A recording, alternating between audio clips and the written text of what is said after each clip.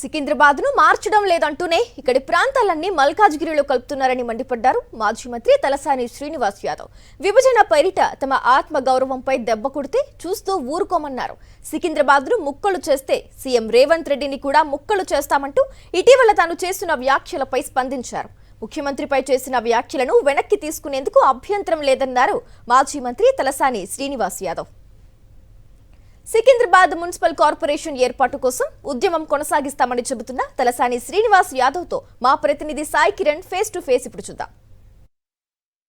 తెలంగాణ ప్రభుత్వం జిల్లాల పునర్విభజన చేస్తామంటుంది. గత ప్రభుత్వం నచ్చిన వారికి నజరానా అంటూ ఎవరికి ఇష్టం వచ్చింది వాళ్ళు చేసుకుంటూ పోయారు. సో ఈసారి అలా కాదు, ఒక ప్రతిపాదికన కూడా చేస్తామనేటువంటిది సీఎం రేవంత్ రెడ్డి ప్రకటించారు. సో మనతో మాట్లాడడానికి మాజీ మంత్రి, ప్రస్తుత Sanath Nagar BRS party MLA Talasani Srinivas Yadav ఉన్నారు.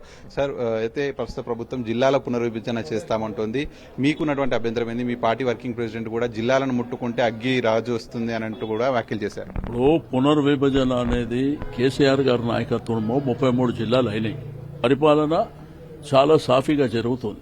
మీరు మీ మేనిఫెస్టోలో పెట్టినటువంటి 406 హామీలు, 6 గ్యారెంటీలు ఫస్ట్ అది ఇంప్లిమెంట్ చేయండి. మీరు ఆ పని వదిలిపెట్టేసి ఈ పనికిరాని పని పెట్టుకుంటే అల్టిమేట్ గా అక్కడ ప్రజలు ఏంది అనేది నిర్ణయిస్తారు. ఈ ప్రభుత్వ హయాంలో ఒక జిల్లాకు ఒక నియోజకవర్గం, ఒక జిల్లాలో 14 నియోజకవర్గాలు ఇట్లా ఇష్టారీతిన చేశారనేటువంటి ఆయన ఆరోపణ. అది ఏమున్నా పరిపాలన జరుగుతుంది. ఆల్రెడీ 10 జిల్లాలు ఉన్నటువంటి రాష్ట్రాన్ని 33 జిల్లాలో కేసీఆర్ గారు చేశారు.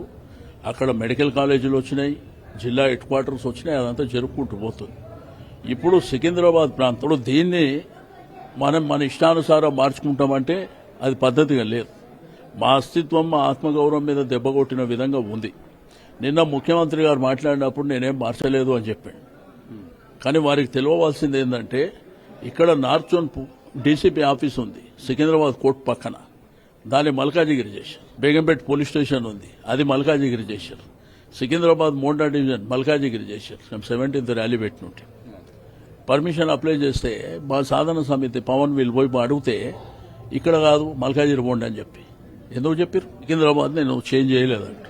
మరి పోలీస్ స్టేషన్లు, డీసీపీ ఆఫీసులు ఎందుకు మారినాయో మీరు ఒకసారి క్రాస్ చెక్ చేసుకోండి. జిల్లా పేరు అలాగే ఉంచి మరి మీరు అన్నట్టు ఇవన్నీ మారుస్తున్నారు కదా, మీరు ఒకవైపు ఉద్యమం చేస్తా అంటున్నారు, ఆయనేమో మారుస్తూనే ఉన్నారు. మరి మీ కార్యాచరణ ఎలా ఉంటుంది? కార్యాచరణ చూస్తారు కదా, 17th ప్రజల్ని చైతన్యవంతం చేస్తాం. ఈ రోజు ప్రజాక్షేత్రం లోపల ప్రజల మనోభావాలతో ఆడుకుంటే చాలా ఇబ్బంది. మీరు సీఎం పైన ఒక ఘాటు వ్యాఖ్యలు చేశారు, ముక్కలుగా చేస్తే మిమ్మల్ని ముక్కలు చేస్తామన్నారు. సో నెక్స్ట్ నేనేమంటున్నా, ముఖ్యమంత్రి గారన్నా కాన్స్టిట్యూషన్ ప్రకారం రాజ్యాంగంగా ఎలక్ట్ అయినటువంటి ప్రతి ఒక్కరు అంటే మా గౌరవం, మా అస్తిత్వం, మా ఆత్మగౌరవం దగ్గరకు వచ్చినప్పుడు ఆవేశం అనేది వస్తుంది.